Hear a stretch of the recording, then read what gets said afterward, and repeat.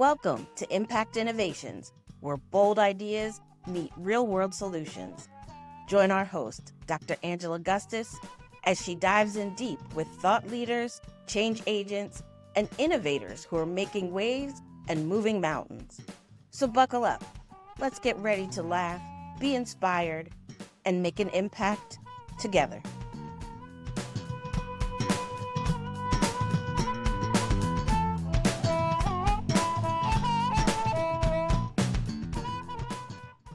Welcome. Today I had the pleasure of introducing Alex Carter, who has over 25 years in the energy industry.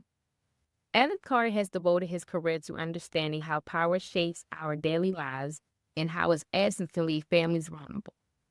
He's seen firsthand the strengths and weaknesses of our energy system and the critical role preparation plays in protecting homes and communities. Today, Alex is dedicated to helping families take charge of their energy preparedness. He breaks down the complexities of the backup power systems into simple, actionable steps, offering guidance that's as relatable as it is reliable. Whether preparing for storms, blackouts, or unexpected emergencies, Alex empowers people with the tool and confidence to keep their loved ones safe, comfortable, and connected, no matter what the grid throws their way. More than a technician, he's like a trusted neighbor, here to help you navigate it all with clarity and care. Well, Charity, again, thank you so much for the introduction. I really appreciate it. I can't say how excited I am to have my friend Alex Carter with me today. This is just, I am so super excited. I'm excited to bring really great information to everyone listening, because there's just such a wealth of knowledge. I know how much I've learned from you. And so this is something I'm super excited about. You know, keep the lights on is just such a good information that we don't always think about. And I feel like we got a real treat going here. So I'm just going to really just jump in. Are you good with that? Hey, look, I am here for it, Angela. I cannot wait. Yep. And so I'm to tell the world. So Alex has known me so long that he calls me Angie. So the fact that he called me Angela, that's some love right there. So I just needed to put that out there. I appreciate you for calling me Angela on the podcast. Well, you know what? I know what the world calls you, and I know what I call you. And guess what? I'm going to conform a little bit. I'm just going to conform a little bit while we're here. Just a little bit. Just a little bit. Okay. Yep. Cool bean. So before we really just dig in and start talking about keep the lights on, you know, you've been with BGE forever. I'm not going to get into exactly how many years, because then we have to disclose that you're older than 25. So, but like, tell us a little bit about like your journey of, you know, and how the work that you've done in the utility space sort of led you, or did it lead you into the space of emergency preparedness, and sort of how you got to be this emergency preparedness guy. Oh, well, I got to tell you, when I started off at the utility, I started off in customer service. So, you know, you got to hear the calls. You were a part of the situation, helping people get past, say, with their lights being out, or when we had emergencies, or you kind of got to be a part of the solution for the customer, right? So it's funny, because I actually started looking at emergency preparedness information during that time of my life. I was very early on with the utility, but I started to wonder, well, wow, if my lights went out, what would my family do? You know, how would we, adjust, or what can we do to make it easier? Because at the time, our kids were fairly young, and I did work a lot. So, you know, anything that I tried to think up would have to be, in some cases, done by my wife, because more than likely, if it's an emergency going on the system, I'm going to be at work. I'm not going to be home, you know? So I had to kind of have some forethought in my thinking, and watching and hearing and talking with other customers that were going through issues that were outside of their, you know, it's nothing that they planned on having to happen, and then you hear them trying to figure out, what are my next steps? When are the lights coming back on? Because I have X, Y, and Z. So I started to think through X, Y, and Z. That's really interesting. Yeah. And you know, and that you bring up such a good point, because I think oftentimes, and I know I've been in this situation where we had these great plans, but the plan includes the family. You know what I mean? Like, okay, so if such and such happens, James, you go do this, Kathy, you go do that, I'm going to do this. And the day it happens, you're at home by yourself, you know, or your wife is home with the kids. Yep. And like you said, you can't be home when there's a utility emergency because you work for the utility. So most likely you're going to be out there helping other people. So that's a really good point. And I really appreciate you sharing that, because that brings a different perspective to it, that even though you're the man, you have to figure out how to do this, not for you to put in place, Right. but for somebody else. Right. So my next question is, what inspired you to write Keep the Lights On? Like, where did that come from? So I have a couple of friends of mine that have been published authors, and I won't name names. One of them happens to be on this podcast right now, but Oh, yeah, okay. But the reality is, I do it instinctually. I had the thoughts instinctually, and this was just an opportunity for me to put it on paper. And to be quite frank, I've been wanting to do it for a long time, but life's, and you have other things that you prioritize. And I had a moment where, you know what, I want to do this for me, and whether or not it's for anybody else, I'll have it. And I have friends that can use it. I have people that are close to me that, when you work for the utility, if anything happens, you get the first call. Hey, the power's out. Can you, or hey, what's going on with this? Or hey, because you do have, a different insight than the average Joe. And if you have the ability to give that knowledge, to give that help, to try to give instruction, to make the situation better, normally I will say this, people will listen, and they are greatly appreciative that you're able to give them guidance that they may have not ever thought about.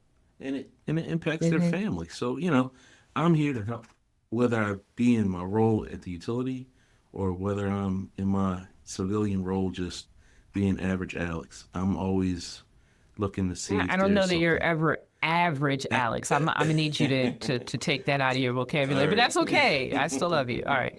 So I want to talk. So it's like I want to sort of talk about how to handle utilities as a family, but also talk about it as a business, right? Right. Because there are times that I've had utilities go out, and whether it's here at the CMAG office or prior to CMAG when I used to run residential facilities and stuff like that, because oftentimes we'll think about emergency preparedness for our family and our home. Right.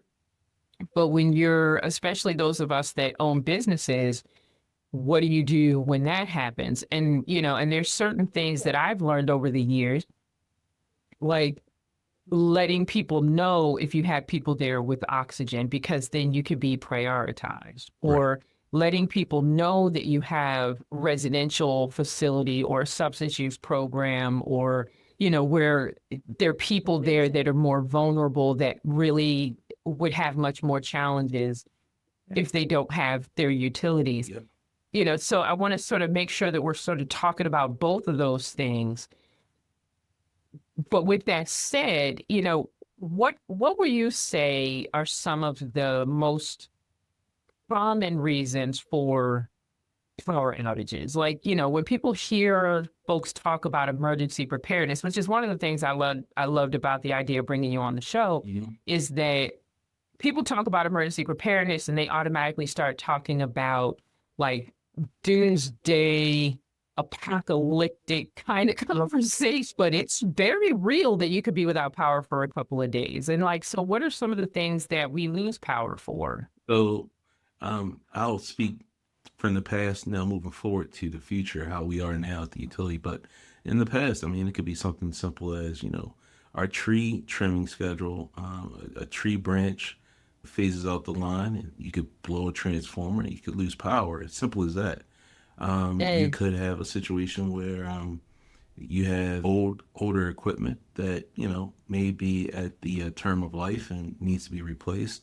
I will say that I can't officially speak for the utility, but as someone that works there, I will say that I've seen the utility proactively work to try to get around those issues and create a situation where now they're more tree trimming. It's more proactive. They're taking care of ensuring that the customer has service. They've implemented new technologies. They've done multiple things to ensure that our ability to provide electricity is sustainable and that the customer always has good service. I will say, back to your original point, being someone with a business, right, such as yourself, if you have a business and you know that it's a 24/7 business, you're going to need to put things in place for your employees. Also for, in this case, you gave the example of like where you have people that may have special needs, right? Or things of that nature. Generators do work, but you need to get a licensed electrician to size a generator for your business. It's an expense, obviously, but when you have those situations where you have to provide service and the individuals may not be able to be relocated, right? That's a viable option. The other thing is, speaking in terms of that, sometimes you have to have the plan that if I need to relocate, where can I relocate? Because a lot of people don't think about that, in the sense of, well, all right, I may live in Southern Maryland, but my aunt or my uncle or my brother might live in Western Maryland or further north, and maybe they're not impacted by said storm. If I need to relocate my family or relocate someone that's, can we have a plan where we can move that for that time being while the power is being worked on to be restored? People don't think that far ahead. But in some cases, when these conversations happen like today, it's like a light bulb goes off. Like, well, yeah, I could have asked, or I should have already planned that in case this happens, this is the next steps that I'm going to take.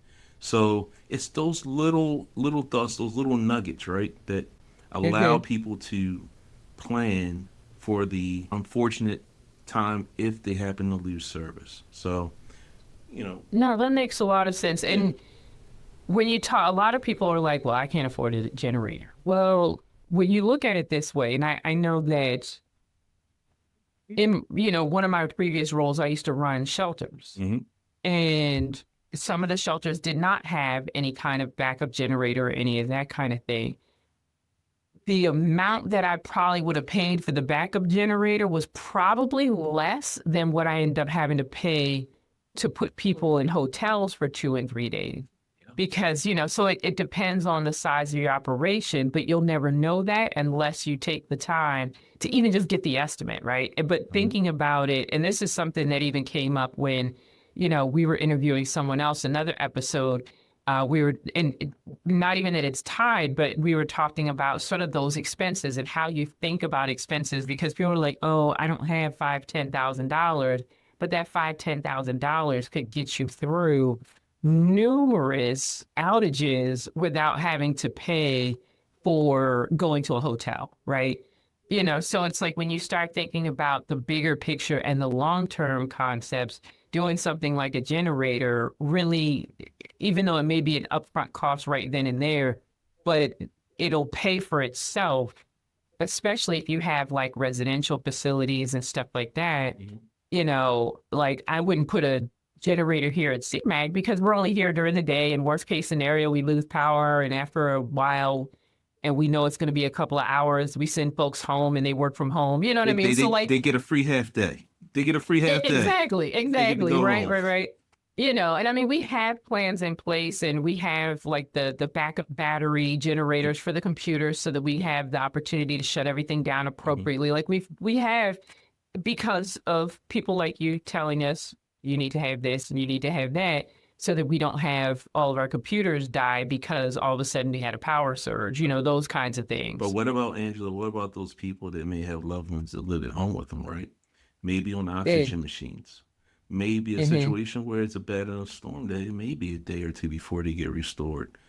Is it Yeah. really that out of, well, I don't want to say out of pocket, but it's not crazy to think that, hey, I may be able to get like a small 200, not $200, sorry, like a $2,000 generator, right? 2000, maybe 1500 that I could Mm-hmm. utilize to ensure my loved ones, at least comfortable during the time frame that this is happening. It's worth it. It's worth it to be Oh, prepared. Yeah. absolutely. Absolutely. So when you start talking about generators and power outages and try to figure out what you're supposed to use and how you're, supposed to build that out, Right. for folks like me, like I pay my BGE bill, Mm-hmm. I see there's some wattages, there's some Kilowatt hours. kilowatts and Kilowatt kilowatt hour. There hours. you go. That's There, right. like I see all that wonderful, lovely stuff. But where do I begin to try to think through what should I put in place? How do I sort of figure it out? Because I know for me, being in a company whose goal is to sell me something is not where I want to learn what I need. This owner, homeowner, how do I figure out what do I need? Where do I begin Mm-hmm. so that we could handle it? So this is my recommendation. Sit down with your partner, your spouse, your family, friends, whoever is the individuals that are going to be in the home, in the situation, and then ask what their priorities. Hey, what do you feel as though in the house right now, if the power were to go out, it'll be the first thing like, dang, I don't have that thing. For me, Yeah. I always think about, all right, well, I don't want the refrigerator to go. I don't want the food to go bad. And for those, because it's on I a know that's podcast, right. you can't see me, but I'm healthy. Let me put it that way. So I think about so we have a deep freeze and we have the fridge in the kitchen. So I think about those two things.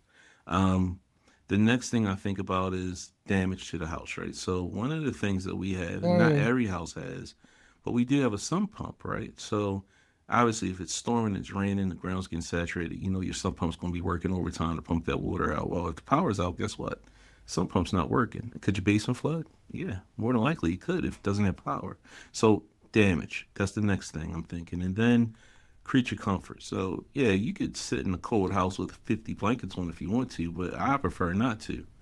So I'm looking at, okay, well, do I want to swelter in the house and sweat or freeze in the house? No, I don't want to do either or. So I'm going to be thinking about my heating and cooling at that point. Now, when I say those things, some of those systems take more power than other systems, and the problem with that is that's where the electrician comes in. If you are able to identify those things that are important to you and your family for your comfort, if mm, everything was off, what would you want to have on? Then the electrician can go to your panel, isolate those individual breakers that control those things, right?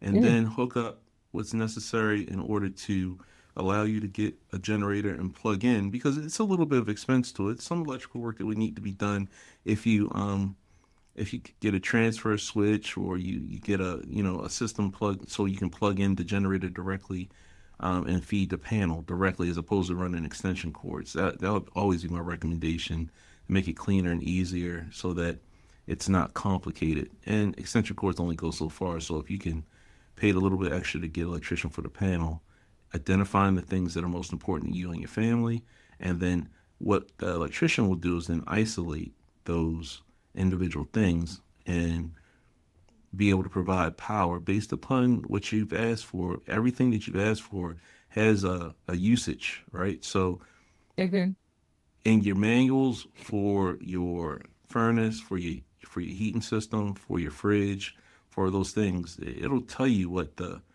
usage is, and then the electrician can say, all right, well, this is the size of generator you may need to power these things. Not everything is sucking down power at the same time. Honestly, some things come on like mhm, your freezer. Your freezer might come on once every couple of hours because it's insulated, and the engine, mm. the way that the electricity, it'll start the motor, and that's where it draws the most power when it's starting up. But once it's running, it drops the voltage, so or the watts. And you just have to make sure that some of the things that are most important to you may not be running at the same time. Like I wouldn't have my sump pump running at the same time trying to microwave something, because Okay. it may overtax the generator. But if you have a big enough generator, it may not. It's just those little things. I mean, the conversation, I could take that 50,000 different ways, but the main focus is isolate the things that are most important to your family and then move from there. And that's the message I'd like to probably drop with the people out there. Isolate what you That need the makes most. sense. And then this one other thing, and I'll say this. When it comes to an outage or something that's prolonged, you may very well, will you need your whole house lit up? No. You may be able to hunker down in the living room or the family room with the family during that period of time. So therefore you Mm-hmm. have a smaller footprint that needs to actually be taken care of. So you don't have to put electricity in all the bathrooms in your house or in certain areas that are not necessarily always, inhabited. You can just figure out what area would you keep your family in during that time Mm-hmm. frame and then focus on that and the other creature comforts that you really need. Some people will pick the microwave. Some people may pick the air fryer.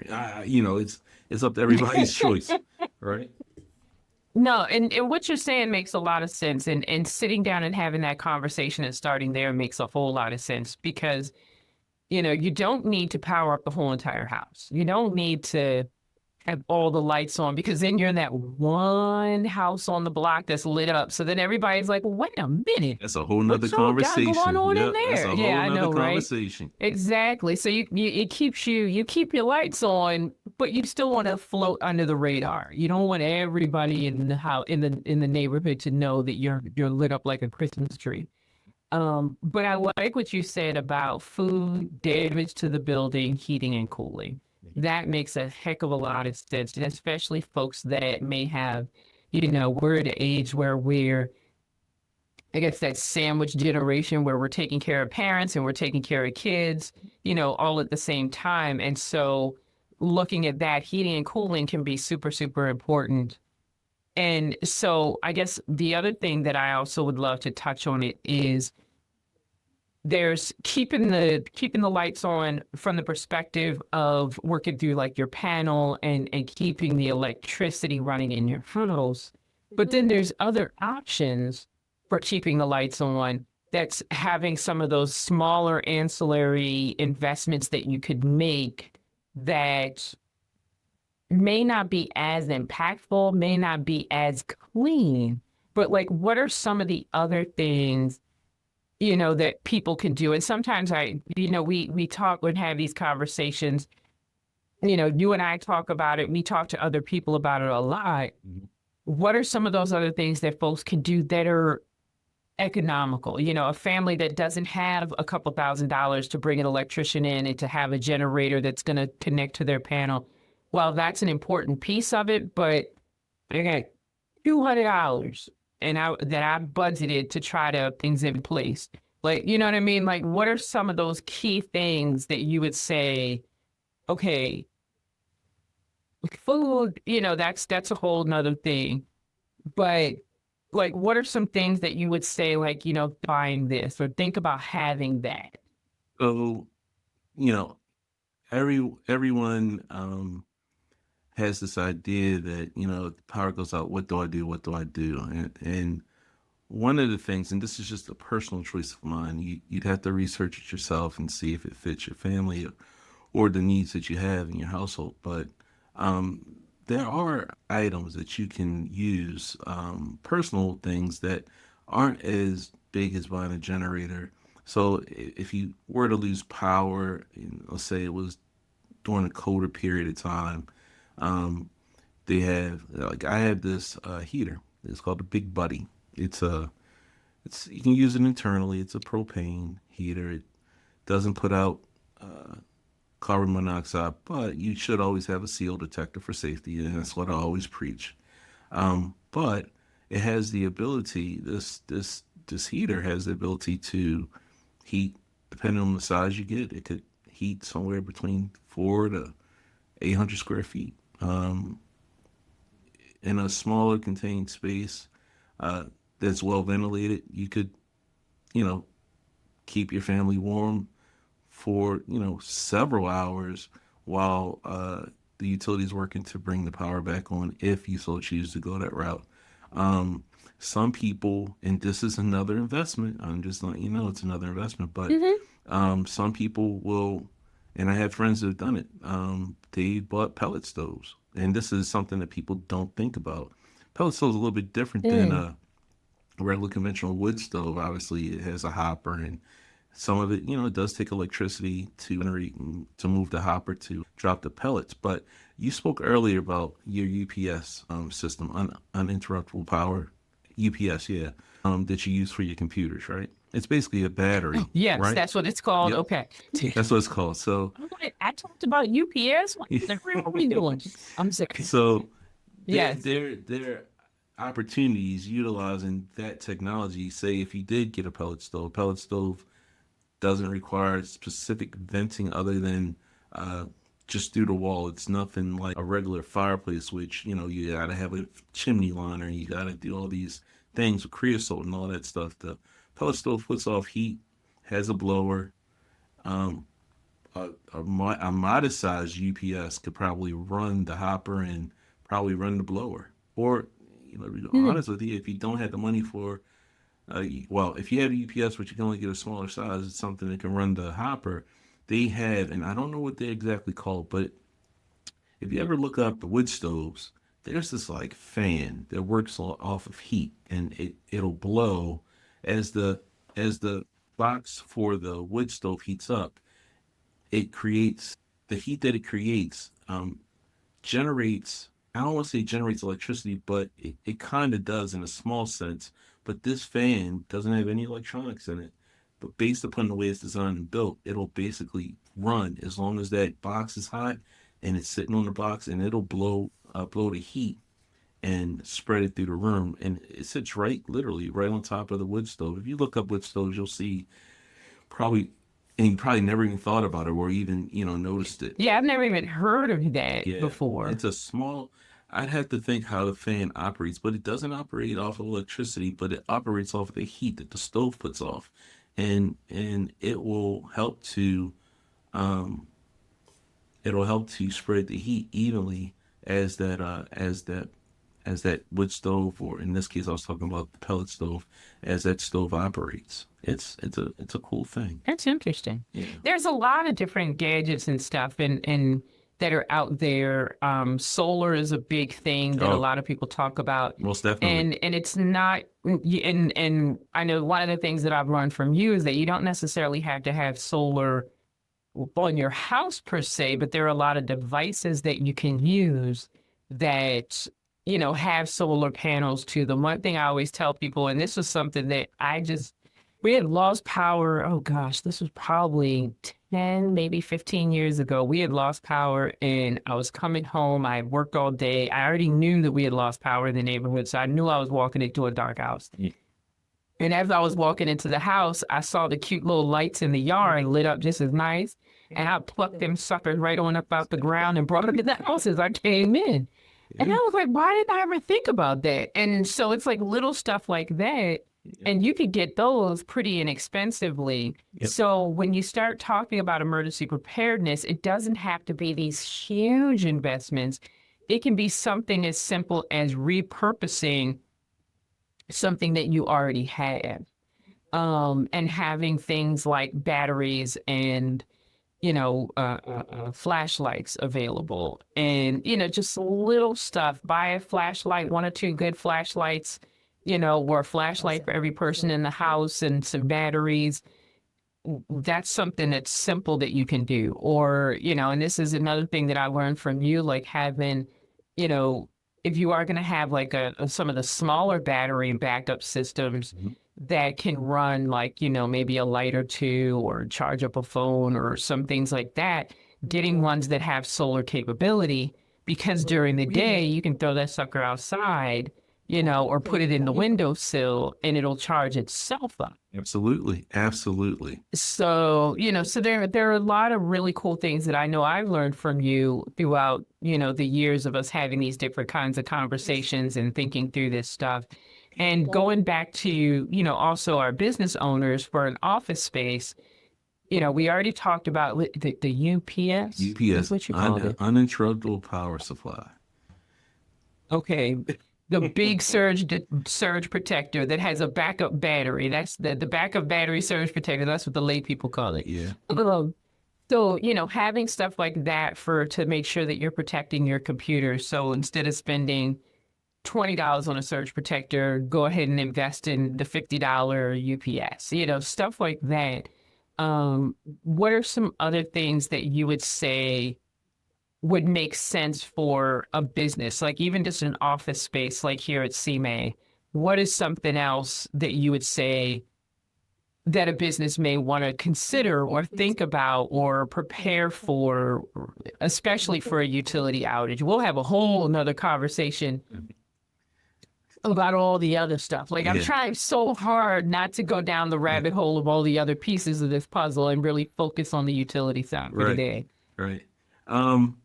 One of the things, so a couple of things. I'll take it to security, right? So most businesses, I would think, if you have a successful business, you also have security set for your business, right? So having something that will address if the power goes out, will the system still work? Now, I'm not making a plug for this company, all right? So hear me out. So we use Simply Safe, right?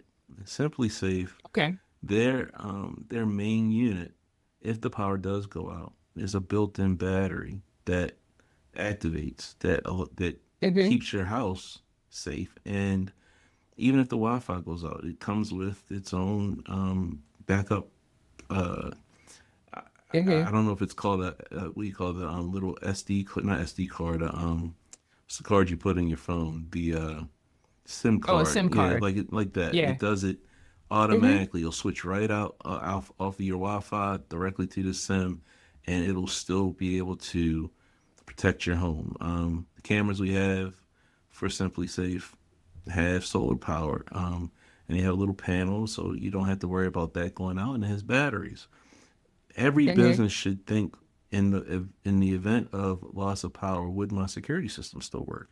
And if not, what can you leverage to ensure that you still have peace of mind that you want when you have to leave your business and you know that the power is not going to be on for a while, and one of the that's a really good point, because security it's an important thing, because if people know that the power's out in that neighborhood and they see a business sitting there that's empty and dark, they know there are probably computers in there. They know that there's probably, so when you have bad actors taking advantage of these things, I will say that for us, we have a security system, but then also we run our office monitoring through Attack. So of course I got to throw a plug in for Attack.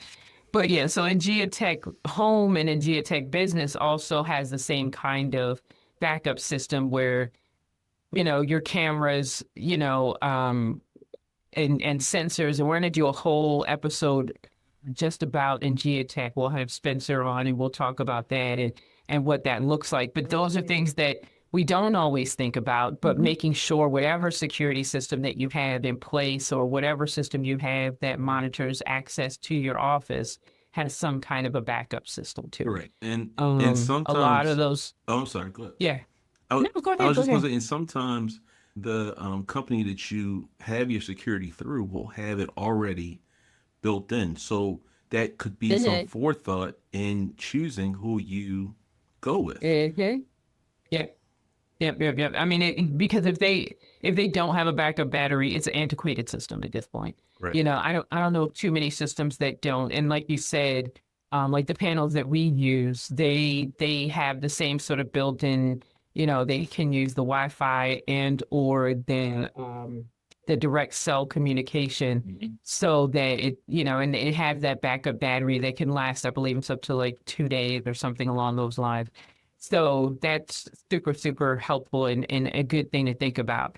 So, and again, you know, and I'm not as big about making sure we have lights on. Like that's not even a thing for me. It's more about, like you said, food, damage, and then we get into creature comforts. And I put lights in a creature comfort because you can walk around with a flashlight. You absolutely can. And you know what? You don't even need to have a flashlight. They have these lanterns now that, me personally, in my own home, this thing is maybe like 5 inches tall. It's fairly small, but it puts off great light. And I have it stationed. I have multiple ones stationed in places specifically around the home that if power were to go out, I know one's in my bedroom, one's in the kitchen, one's downstairs near the garage. Because guess what you're going to possibly go to? You may need to go in the garage to get to the panel, or you may need to check. So having those things already pre-stationed out, and then one other bit of advice that we've never discussed, I don't think we've ever discussed, is every year when they tell you, all right, time's falling back, time's moving forward, when you get to that point, they always say, during those times, change the batteries in your smoke detectors, right? Cool. That makes sense. Change the batteries in your flashlights. Change the batteries in your little lamps, in my case, right? Change the batteries in the things that you depend on so that you're prepared and don't have to get prepared. That makes a lot of sense. And, and it's true when, we change our batteries for the smoke detectors, but how many of us really check or even test our batteries for all of our flashlights? One of the things that we have here at CMAG is we actually have flashlights that are rechargeable. Oh, that's good. And so they just sit on the charger and we test them periodically. So there's one in this office, one in that office, one up front, one here, one there. So we have just a couple of them. And again, stationing it around. And what happens is it sort of falls into the background. You don't even see these plugged up flashlights all over the office, but everybody on the team knows where they are. So because when a power outage happens, it happens fast. And people are like, oh, well, I'll just use my flashlight on my phone. Well, guess what? Your phone could be on the other side of your office and you can't find it, because it could happen, especially if it happens during the winter. It'd be dark and you're in the office still. Or if you're the average entrepreneur, you may be in the office until it's dark, even in the den. Right. It sounds like personal experience. Those are really important things to think about. Yeah. Yeah, that's sort of right. So, and I think you've just dropped so many really good nuggets. I really appreciate you. So before we start to wrap up, I want to try to wrap in like another couple of minutes, but before we start to wrap up, I want to say this specifically to my colleagues and business owners. If you have one final piece of advice that you would give our audience on being prepared for a utility outage, what would you say we've talked about? So like in the office, the food piece isn't as important, but definitely damage, like having the UPS battery backup thingy things. And, and those kinds of things. But like, is there anything else that you can think of that you would say every business should have? This sounds so cliche, but having just discussed what you would look to for your family, every business should have a plan. And I know that may sound slightly cliche. However, I will say that sometimes people aren't thinking about what's on the horizon. And when it does happen, now you're scrambling, trying to figure out what to do. But if you had the plan already laid out, if this happens, then I do this. If this happens, then this is the next step that we need to take as a business to ensure this, that, and a third, because every business is different and needs in business vary. Your business, as long as you can get the computers logged off appropriately, you can shut down for the day and you can send your employees home and they can take a half day while you take care of whatever else you need to take care of, and maybe even possibly work from home if your home Mm-hmm. isn't affected. But if you Mm-hmm. think you got a business that, if you think of a business that may sell food or a business that needs their freezers, right? Because they have a product that they have Mm-hmm. to maintain. You got to really conscientiously think Yeah. about backup power. You have to think about generators or battery. You have to think about what's necessary to keep your product from going bad. So that all falls underneath planning. You got to figure out what's the most important thing in your business and then create a plan surrounding those things to ensure that if X happens, Mm-hmm. you're already prepared and you have a direct line of sight on what the next step is instead of trying to fumble around to try to figure out what do I do next. That makes a lot of sense. And I can say that sitting and having a real concrete plan isn't something that people always think about, but it's a huge part of risk management and mitigating risk. And especially like, we have the luxury of the fact that, you know, we're not serving clients 24/7. We don't have a residential program or an assisted living or anything along those lines. So we're not responsible for the lives or livelihood of other people for like their grief, right? So we have the luxury to say, oh, the power's not coming back. He said it's going to be 4 hours before the power's back up. Let's shut her down. Everybody go home and work from home. Not every business has that as a possibility. So having a plan, it really does make a lot of sense. And so, you know, as a part of CMAG Safety and Defense, I'm super excited that you're joining the team or have joined the team, I should say, Yep. to really bring this kind of conversation, and make it really much more in depth and really being able to do more and more training around these topics. The other thing that I'm excited that we're going to be able to start offering is helping people think through those assessments and thinking through what do they need in their home and what are those creature comforts of that sort. So I'm super excited about what we're going to be able to offer people to help people think through these things. I mean, we laugh and joke and talk about some of the different movies and stuff that are out there, but sometimes that makes you think, like, what if we did really actually lose power for 3, 4, 5 days as a state? So it may, or as a whole region of the country, what would we do? Because then you're not just going to the hotel for AC because the hotel don't have AC either. Right. You know what I mean? So like, what are you doing? And so how do we become more self-sufficient and how do we make that happen even if we have a tight budget? And I'm excited to talk more about emergency preparedness in other episodes because I think it's such an important topic that while people talk about, I don't think people talk enough about. And so, and really going in on some of those topics. Yeah, I agree. I think that people can make a plan for their budget. People can make a plan for their kids' activities, but they don't make a plan in the inevitable situation of, oh, if I don't have power, what's my next move? Yeah. And how do I provide for my family and, and keep them relatively, either at home or in a good situation while this is going on. So I think it matters, and I think the more people, I don't want to say can focus on the totality of everything, right?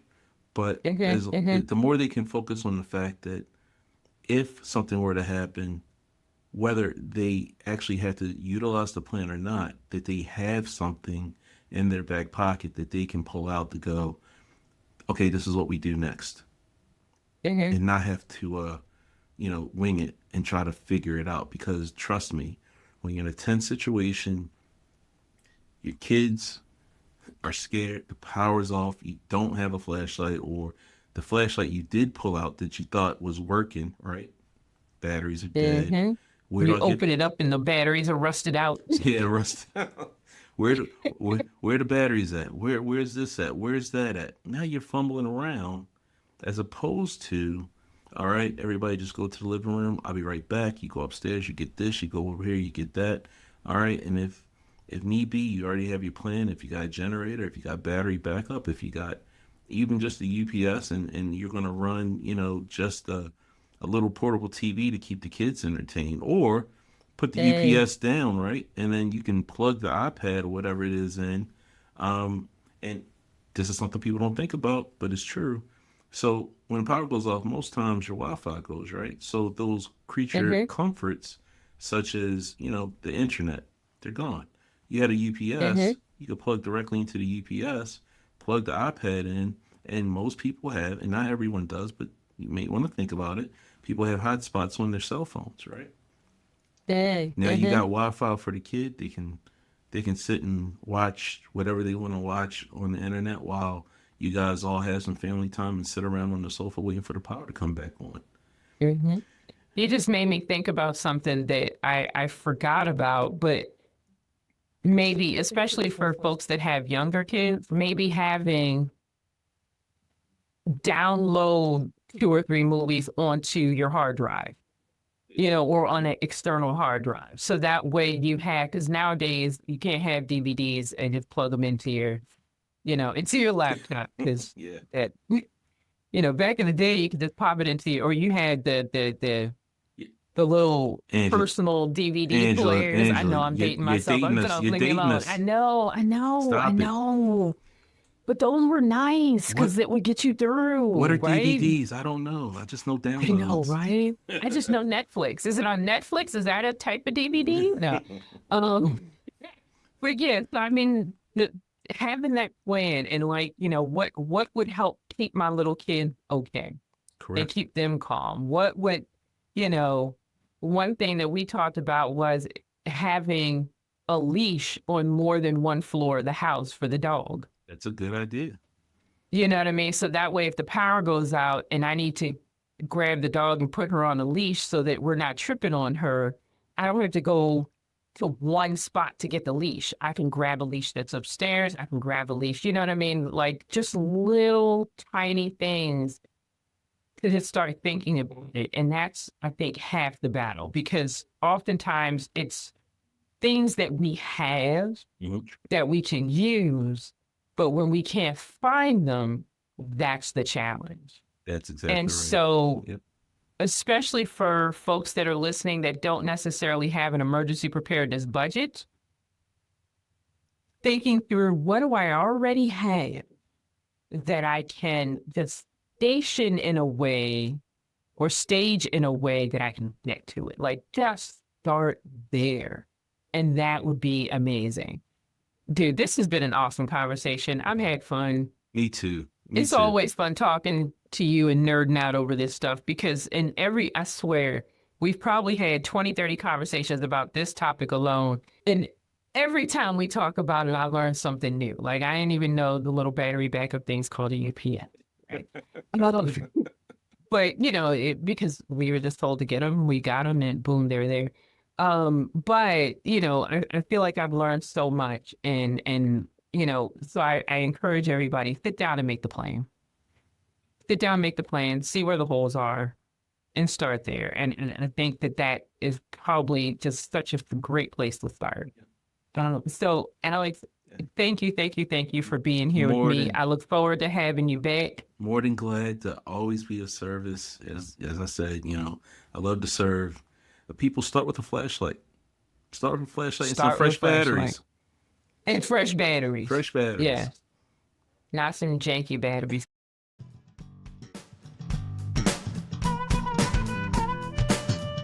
Thank you for listening. Join us next time for more Impact Innovations.